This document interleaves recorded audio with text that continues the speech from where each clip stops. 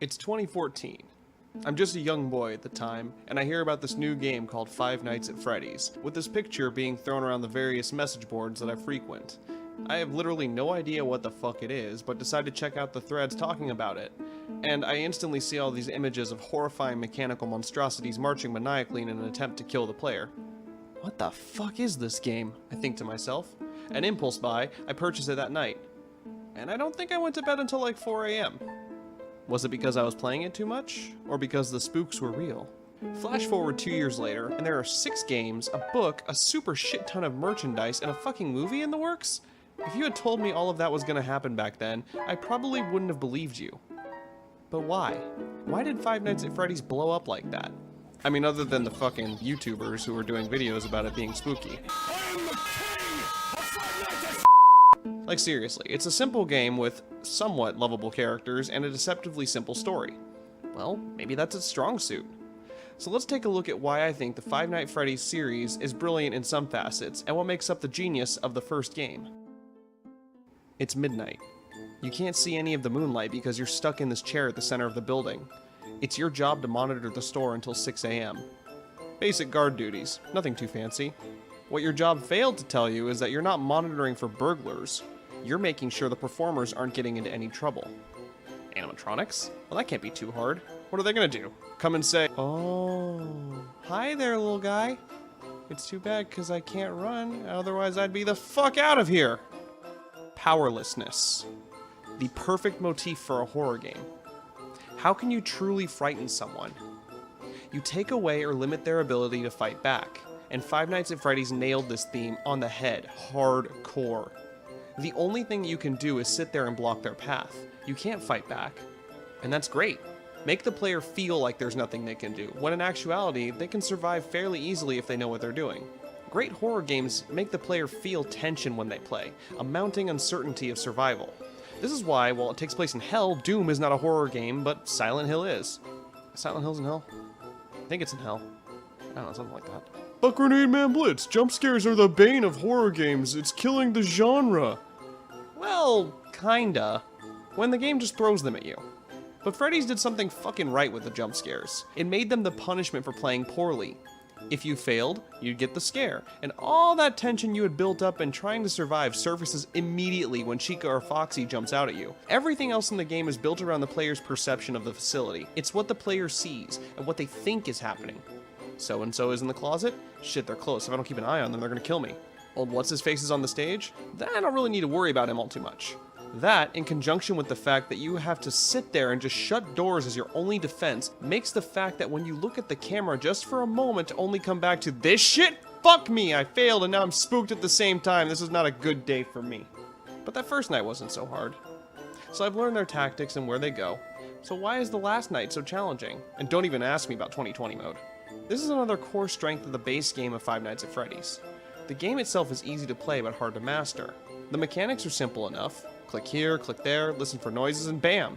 End of the night, go home, come back tomorrow for another soul-crushing day at work. Just like a regular job.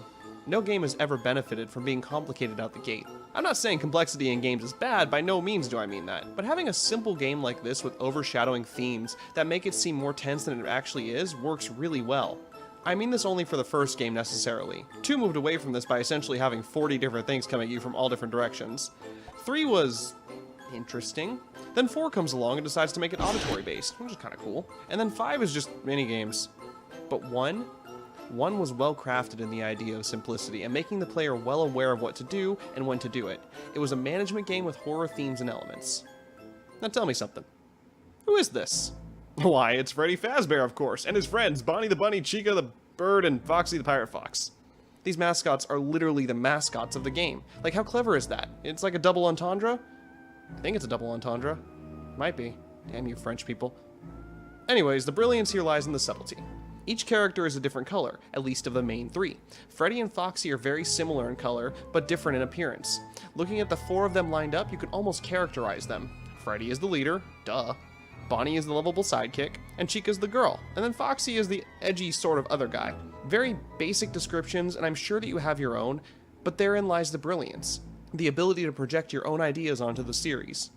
Whether or not it was intentional, it happened, and there have been hundreds upon hundreds of fan animations, fan art, fan games, and the like, and each of them, people characterize the animatronics and security guard in fairly similar fashions, most likely based upon their own perceptions and notions. That being said, the core three, Freddy, Chica, Bonnie, all act very similarly in terms of how you have to deal with them. You have to just basically shut the door and keep an eye on where they are. But Foxy, who is the only one that has a very different build, being rather thin, actually charges you.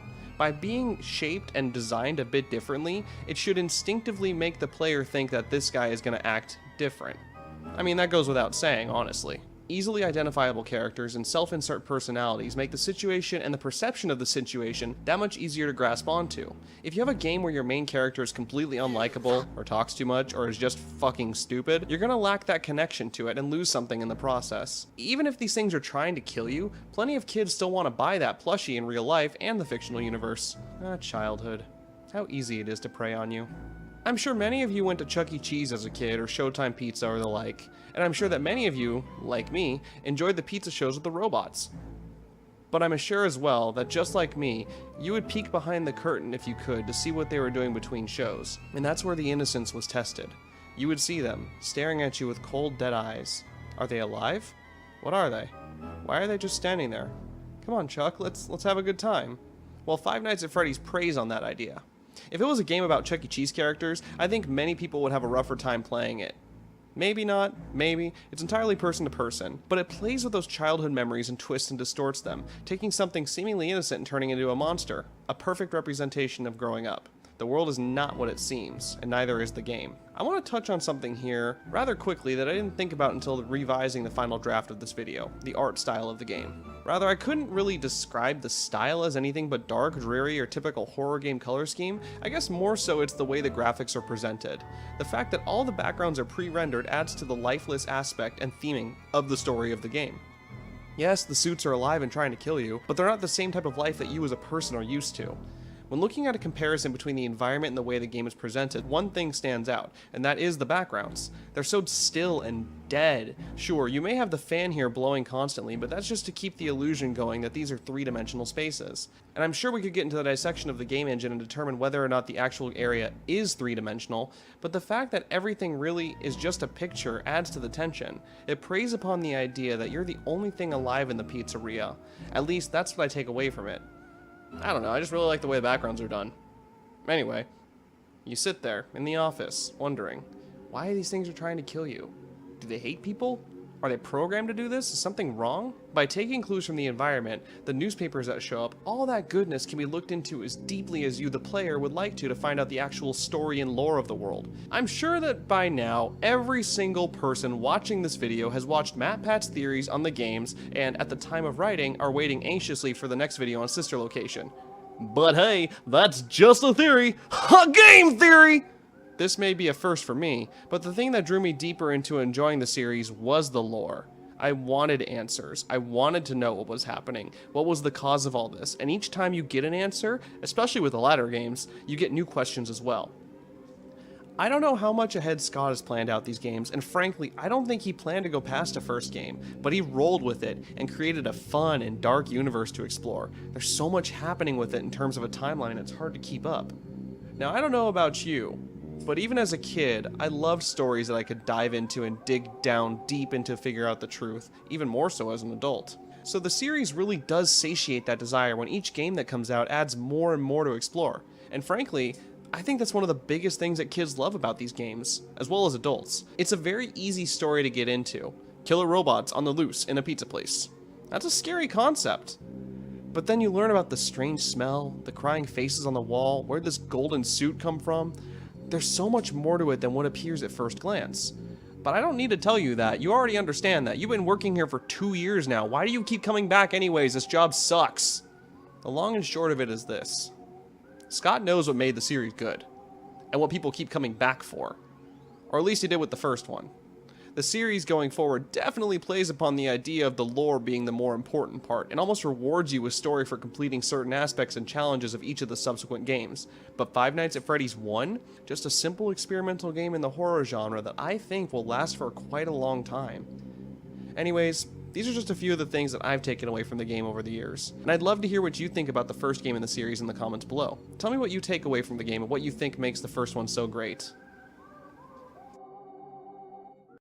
Thanks for watching me ramble, and as always, I appreciate it. If you enjoyed what you saw here, let me know by leaving a like, sharing the video, or subscribing. Any of the three would be fucking awesome. Want to watch something else I did?